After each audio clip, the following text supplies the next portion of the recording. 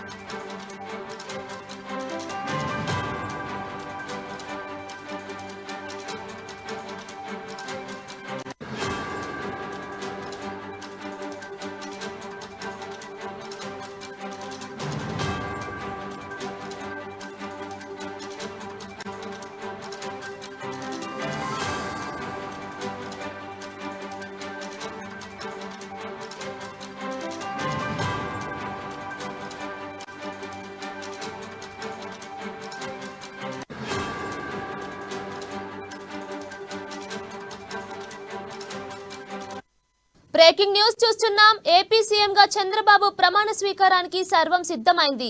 7,000 మంది పోలీసులతో పటిష్ట బందోబస్తు ఏర్పాటు చేశారు. ఉదయం 11:27 కేసరపల్లిలోని ఐటీ టవర్ వద్ద ఏపీ ముఖ్యమంత్రిగా చంద్రబాబు ప్రమాణ స్వీకారం చేయనున్నారు. ఇక ఏపీ మంత్రుల జాబితా విడుదలైంది. కూటమి నేతలతో సుదీర్ఘంగా చర్చించిన తర్వాత 24 మందితో మంత్రివర్గాన్ని చంద్రబాబు అర్ధరాత్రి ఫైనల్ చేశారు. ఇక మంత్రివర్గంలో ఉన్న వారికి రాత్రి ఫోన్ చేసి ప్రమాణ స్వీకారానికి సిద్ధం కావాలని సూచించారు. ఇక దీనిపై పూర్తి సమాచారం మా input editor Srinivas phone in ద్వారా అందిస్తారు. చెప్పండి శ్రీనివాస్. కీర్తన, ఏదైతే ముఖ్యమంత్రిగా చంద్రబాబు నాయుడు 4వసారి ప్రమాణ స్వీకారం చేయబోతున్నారు. అంటే ఉమ్మడి ఆంధ్రప్రదేశ్ లో 2 సార్లు చేశారు. అదేవిధంగా విభజన తర్వాత ఆంధ్రప్రదేశ్ రాష్ట్రంలో మొదటిసారి 2014లో ఒకసారి చేస్తే మళ్ళీ 2024లో రెండోసారిగా ముఖ్యమంత్రి చంద్రబాబు నాయుడు ప్రమాణ స్వీకారం చేయబోతున్నారు. ఈ ప్రమాణ స్వీకారానికి సంబంధించి ఏర్పాట్లన్నీ పూర్తయ్యాయి. ఏదైతే గన్నవరం సమీపంలో ఉన్న కేసరాపల్లి ఐటీ పార్క్ వద్ద ఈ వేదిక ఏర్పాటు చేయడం జరిగింది.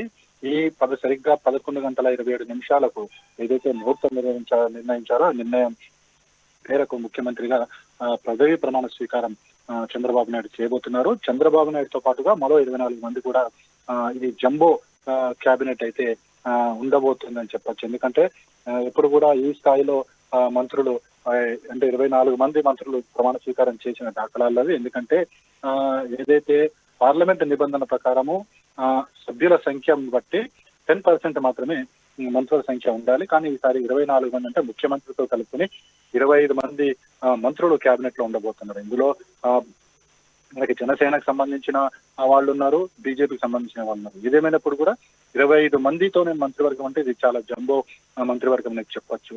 అయితే ఈ ప్రమాణ స్వీకార కార్యక్రమానికి ప్రధాని మోడీతో పాటుగా అమిత్ షా ఇప్పటికే చేరుకోవడం జరిగింది. రాత్రి చంద్రబాబు నాయుడుతో కూడా భేటీ అవ్వడం జరిగింది. సో మొత్తానికి ఏదైతే ఈ ప్రమాణ స్వీకార కార్యక్రమాన్ని చాలా పెద్ద ఎత్తున నిర్వహించాలని చెప్పేసి కూడా తెలుగుదేశం పార్టీ నిర్ణయించింది. అందుకు తగ్గ విధంగా ప్రభుత్వం కూడా ఏర్పాటు చేసింది. దాదాపు 2 లక్షల మందికి పైగా ప్రజలు హాజరవుతారు అని చెప్పేసి ఆ ఎస్టిమేషన్ ప్రకారమే ఏర్పాటు కూడా చేశారు. అయితే ముఖ్యంగా గత ప్రభుత్వ హయాంలో ఎవరైతే గత ప్రభుత్వం చేసిన దాడులు కావచ్చు, లేకపోతే ఇతర చర్యలు కావచ్చు, దానివల్ల ఎవరైతే బాధితులు ఉన్నారో ఆ బాధితుల కోసం ప్రత్యేకంగా సీట్ల కేటాయింపు కూడా ఏర్పాటు చేశారు. తద్వారా ప్రభుత్వం తాము ఎవరికి మద్దతు ఇవ్వబోతుంది, ఎవరికి అండగా ఉండబోతుంది అనేది చెప్పే ప్రయత్నం అయితే కొత్తగా ఏర్పడబోతున్న చంద్రబాబు నాయుడు ప్రభుత్వం చేస్తుందని చెప్పొచ్చు. ఇక మరోవైపు చూసుకుంటే కనుక ప్రమాణ స్వీకారానికి సంబంధించి భారీ ఎత్తున ఏర్పాట్లు చేశారు. అంటే ఇటు ప్రధాని రాక సందర్భంగా ప్రత్యేక సెక్యూరిటీని ఏర్పాటు చేశారు. అదేవిధంగా అమిత్ షా నిన్న రాత్రి చేరుకోవడం జరిగింది. మొత్తం ఏదైతే ప్రమాణ స్వీకారం జరుగుతుందో ఆ ఏరియా మొత్తం కూడా 7,000 మంది పోలీసు బందోబస్తును ఏర్పాటు చేయడం జరిగింది. ఇక్కడ కూడా ఏ విధమైన అవాంఛనీయ సంఘటనలు జరగకుండా, అదేవిధంగా అన్ని ట్రాఫిక్ అంతా కూడా ఎక్కడ ఇబ్బంది పడని విధంగా కూడా ఏర్పాట్లు చేశారు. సరిగ్గా 11:27 గవర్నర్ ముఖ్యమంత్రితో ప్రమాణ స్వీకార కార్యక్రమం చేయబోతున్నారు. ఈ కార్యక్రమానికి సంబంధించి ముఖ్య అతిథిగా మనకి ఇప్పటికే ప్రైమ్ మినిస్టర్ రాబోతుందని తెలుసు. హోంమంత్రి అమిత్ షా కూడా వచ్చేసారు ఆల్రెడీ. అయితే మెగాస్టార్ చిరంజీవికి, రామ్ చరణ్ కి, రజనీకాంత్, అదేవిధంగా కొంతమంది సినీ రాజకీయ ప్రముఖులు ఈ ప్రమాణ స్వీకారంలో పాల్గొనబోతున్నారు. వాళ్ళు ప్రత్యేక ఆహ్వానితులుగా తెలుగుదేశం ప్రభుత్వం వాళ్ళకి ఆహ్వానం పంపించింది. సో ఈ పెద్ద ఎత్తున ఏదైతే ప్రమాణ స్వీకార కార్యక్రమం ఏదో మొత్తం రాష్ట్రమంతా తెలిసే విధంగా, అదేవిధంగా తమ ప్రభుత్వం ఏం చేయబోతుంది అన్న అంశాలన్నిటి కూడా ఈ వేదికగా తెలుగుదేశం ప్రభుత్వం చెప్పబోతుందని చెప్పొచ్చు. కీర్తన తొలిసారి మంత్రివర్గంలో 25 మంది ఉండబోతున్నారు కాబట్టి దీన్ని ఎలా చూడొచ్చు? కీర్తన అదే చెప్తున్నాను. ఎందుకంటే పార్లమెంట్ నిబంధనలు ఏవైతున్నాయో నిబంధనల మేరకు 10% మించి మంత్రివర్గం ఉండకూడదు. మనం కేంద్ర మంత్రివర్గం చూసుకున్నా, లేకపోతే రాష్ట్రాల మంత్రుల సంఖ్య చూసుకున్నా కూడా 10% లోపలే ఉండాలి. అంటే మనకి 175 స్థానాలు ఆంధ్రప్రదేశ్కి ఉన్నాయి కాబట్టి 17 మంత్రులు 18 మంత్రులు మించి ఉండరాదు ముఖ్యమంత్రితో కలుపుకొని. కానీ ఇక్కడ జంబో మంత్రివర్గం అయితే ఏర్పాటు చేశారు. ఎందుకంటే ఇక్కడ అందరినీ సంతృప్తి పరచాల్సిన బాధ్యత ఇప్పుడు తెలుగుదేశం మీద ఉంది. ఎందుకంటే ఉమ్మడి పార్టీలుగా ఇవన్నీ కూడా ఎన్డీఏగా కూటమిగా ఇది ఎన్నికల్లో వెళ్ళింది కాబట్టి ఈ నేపథ్యంలోనే ఇటు పవన్ కళ్యాణ్ జనసేన పార్టీకి సంబంధించి 21కి 100% విజయం సాధించారు. అదేవిధంగా బీజేపీ స్థానాలు సాధించింది, తెలుగుదేశం పార్టీ ఉంది. సో అందరికీ ఇక్కడ ప్రాధాన్యత ఇవ్వాల్సి ఉంటుంది. సో ఇవన్నీ పెట్టుకునే దాదాపుగా 25 మంది చంద్రబాబు నాయుడుతో కలుపుకుని 25 మందికి అవకాశం ఇవ్వడం జరిగింది.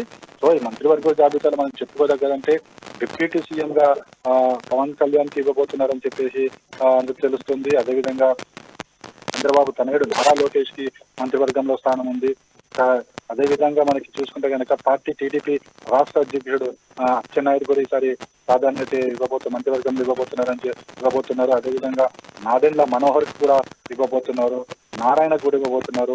అదేవిధంగా మనకి చూసుకుంటే కనుక మొత్తం మనకి సామాజిక వర్గాలన్నింటినీ కూడా దృష్టిలో పెట్టుకుని చూసుకుంటే కనుక ఆనం రామనారాయణ రెడ్డి అంటే గతంలో వైసీపీ నుంచి టీడీపీకి రావడం జరిగింది, టీడీపీ నుంచి వైసీపీకి వెళ్ళారు, వైసీపీ నుంచి మళ్ళీ టీడీపీకి రావడం జరిగింది. ఆయనకు కూడా చాలా సీనియర్ ఎమ్మెల్యేగా ఉన్నారు కాబట్టి ఆయనకు కూడా ఈసారి అవకాశం కల్పించారు. అదేవిధంగా మనం చూసుకుంటే కనుక చాలా మంది మహిళలకు కూడా భాగస్వామ్యం కల్పించారు. అదేవిధంగా పక్క పార్టీ నుంచి వచ్చిన వారికి కూడా ఈసారి అందులో అవకాశం కల్పించారు. సో మొత్తంగా చూసుకుంటే కనుక ఈ మంత్రుల జాబితాను మనం చూసుకుంటే మనకి ఎస్సీకి సంబంధించి ఒకరికి అవకాశం ఇచ్చారు. అదేవిధంగా ఎస్టీకి సంబంధించి తీసుకుంటే కనుక ఒకరికి అవకాశం, ముస్లింకి సంబంధించి ఒకరికి అవకాశం ఇచ్చారు. అదే ఆర్య వైశ్యకు సంబంధించి ఒకరికి, రెడ్డి సామాజిక వర్గానికి సంబంధించి చూసుకుంటే కనుక నలుగురికి అవకాశం ఇవ్వడం జరిగింది. కాపు సామాజిక వర్గం నుంచి ముగ్గురికి ఇవ్వడం జరిగింది.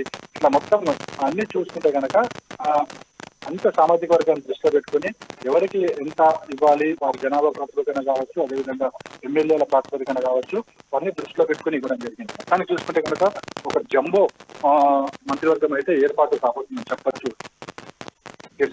Right Srinivas, thank you for the updates.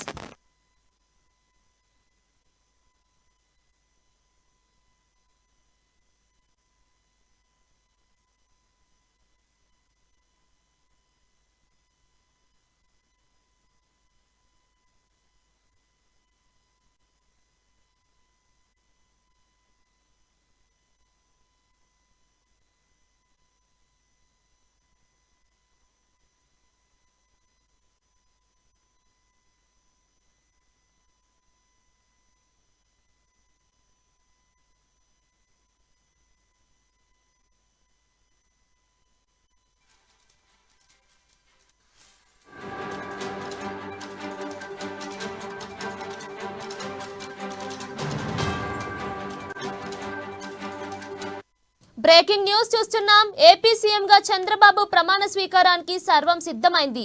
7,000 మంది పోలీసులతో పటిష్ట బందోబస్తు ఏర్పాటు చేశారు. ఉదయం 11 గంటల 27 నిమిషాలకు కేసరపల్లిలోని ఐటీ టవర్ వద్ద ఏపీ ముఖ్యమంత్రిగా చంద్రబాబు ప్రమాణ స్వీకారం చేయనున్నారు. ఇక ఏపీ మంత్రుల జాబితా విడుదలైంది.